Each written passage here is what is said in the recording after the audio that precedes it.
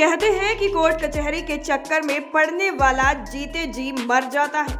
मुकदमा लड़ने और न्याय की उम्मीद में पीड़ितों के जूते तक घिस जाते हैं। कानूनी दांव पेच, सच और झूठ की दलीलों में लोग सालों मुकदमा लड़ते हैं। कभी सच न्यायालय की सीढ़ियों पर दम तोड़ देता है तो कभी झूठा बुलंदियों के साथ सच में बदल जाता है। कानपुर देहात की माती कोर्ट में एक ऐसा ही मुकदमा देखने को मिला जिसने लोगों को एक बार फिर हैरत में डाल दिया। हैरत भी तब हुई जब एक मुर्दा गवाही देने कोर्ट में हाजिर हुआ। वो कहते हैं ना कि कानून अंधा होता है और कानून से न्याय पाना उतना ही मुश्किल होता है जितना भूसे के ढेर में सुई को ढूंढना होता है। न्यायालय की दहलीज पर न्याय कैसे मिलता है ये अमूमन हर शख्स जानता है। अपने हक की लड़ाई में लोग सालों कोर्ट कचहरी के चक्कर लगाते हैं और इन चक्करों के बदले मिलती है तो सिर्फ तारीख पर तारीख। लेकिन कानपुर देहात के माती कोर्ट परिसर में एक मुकदमे की ऐसी तारीख पड़ी जो शायद इतिहास के पन्नों में लिखी जाने वाली है। वर्ष 2021 में पूरे जिले को हिला कर रख दिया।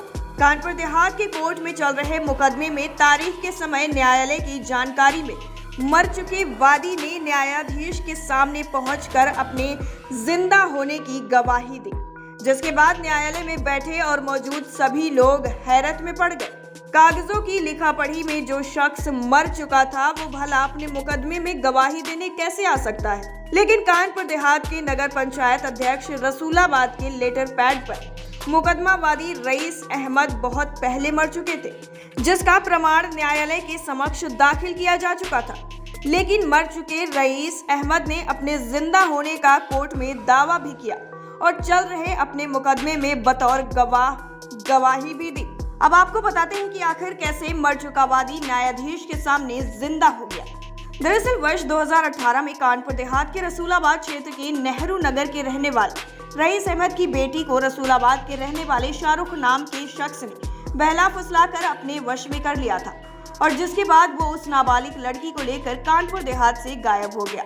जिसके बाद नाबालिग बेटी के पिता ने थाना रसूलाबाद में बेटी के अपहरण और बहला फुसला कर ले जाने के मामले में मुकदमा दर्ज कराया, जिसके बाद थाने से मुकदमा न्यायिक क्षेत्र में दाखिल हो गया। जिसके बाद कानपुर देहात की माती मुख्यालय में स्थित कोर्ट में नाबालिग बेटी के पिता रईस अहमद का मुकदमा चलने लगा। हालांकि कुछ समय बाद आरोपी शाहरुख गिरफ्तार हुआ और रईस अहमद की नाबालिग बेटी भी बरामद हो गई, जिसके बाद मुकदमा न्यायालय में चलता रहा। लेकिन इसी बीच रसूलाबाद नगर पंचायत अध्यक्ष के लेटर पैड पर रईस अहमद के नाम का मृत्यु प्रमाण पत्र जारी हो गया और ये मृत्यु प्रमाण पत्र अभियुक्त की ओर से पुलिस के माध्यम से न्यायालय में दाखिल किया गया, जिसके बाद न्यायालय ने वादी को मरा हुआ मानकर केस को चलने दिया। लेकिन मुकदमे में तारीख पर ना तो वकील की ओर से कोई प्रार्थना पत्र दिया जाता था और ना ही मुकदमे के संबंध में कोई न्यायालय आता था। लाजमी है कि मुकदमा बल न देने की वजह से अभियुक्त के पक्ष में जा रहा था। लेकिन इसी बीच न्यायालय ने मुकदमे के वादी रईस अहमद के खिलाफ नॉन अवेलेबल वारंट जारी कर दिया और उसका एक सम्मन उनके स्थायी पते पर पहुंचा दिया। जिसके बाद रईस अहमद, जो कि कानून की नजर में मर चुके थे, वो खुद न्यायालय पहुंचे और न्यायाधीश के सामने अपने को जिंदा होने की गवाही देने लगे, जिसे सुनने के बाद और देखने के बाद कोर्ट परिसर में हंगामा हो गया। आखिर दस्तावेजों में मर चुका एक शख्स कैसे गवाही दे सकता है?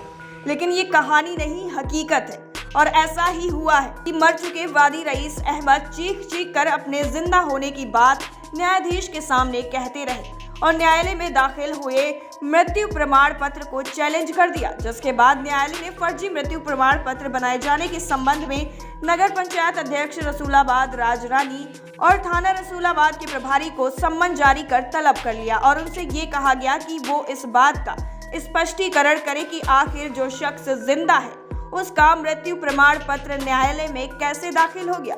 जाहिर सी बात है कि बनाया गया मृत्यु प्रमाण पत्र पूरी तरह से फर्जी था। लेकिन इस फर्जीवाड़े में नगर पंचायत अध्यक्ष के लेटर पैड पर लिखा हुआ मृत्यु प्रमाण पत्र और उस पर अंकित नगर पंचायत रसूलाबाद के अध्यक्ष राजरानी के हस्ताक्षर बात यहीं खत्म नहीं होने देते।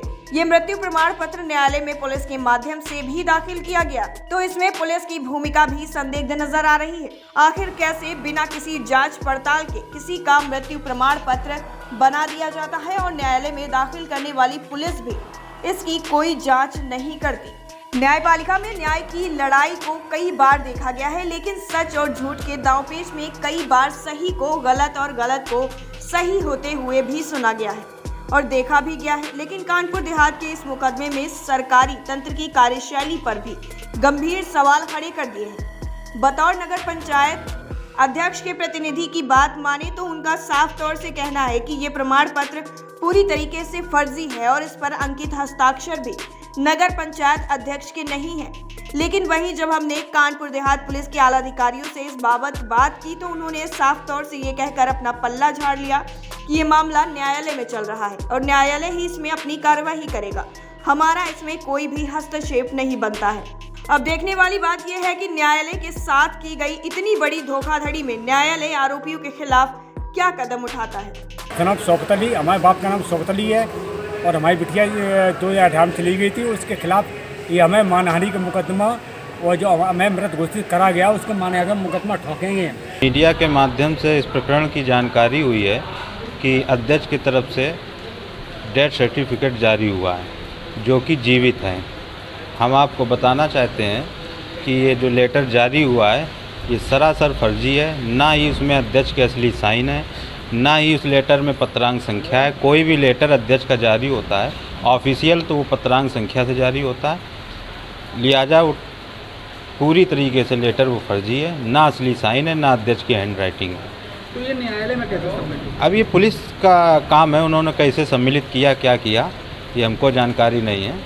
बाकी अध्यक्ष ने किसी भी प्रकार का इस लेटर डेथ सर्टिफिकेट के लिए जारी नहीं किया और उसका मृत्यु की तहरीर लिख करके नगर पालिका रसूलाबाद के चेयरमैन ने दी थी। तो उसको देखा गया, हमारे एडीजीसी वहाँ पर प्रशांत मिश्रा जी हैं, उन्होंने देखा और प्रथम दृष्टया वो डेथ रिपोर्ट प्रॉपर नहीं पाते हुए उसके परिवार के और लोगों को तलब किया गया और वो जब आए तो उनके साथ रईस खान भी आए और उन्होंने बताया कि नहीं हम तो हैं, तो उनको एग्ज़ामिन करा दिया गया है। न्यायालय में वो एज ए विटनेस एग्ज़ामिन हो गए हैं और इस मामले में एक हेड कांस्टेबल जिसने रिपोर्ट दी थी थाने से, हरिओम, उनको एसओ रसूलाबाद को और नगर पालिका के चेयरमैन रामरानी उनको नोटिस न्यायालय ने की है और 20 अक्टूबर के लिए उनको तलब किया है इन पर्सन, जो व्यक्तिगत रूप से उपस्थित होकर के बताएं। टाइम 8 उत्तर प्रदेश के लिए कानपुर देहात से गौरव शुक्ला की रिपोर्ट।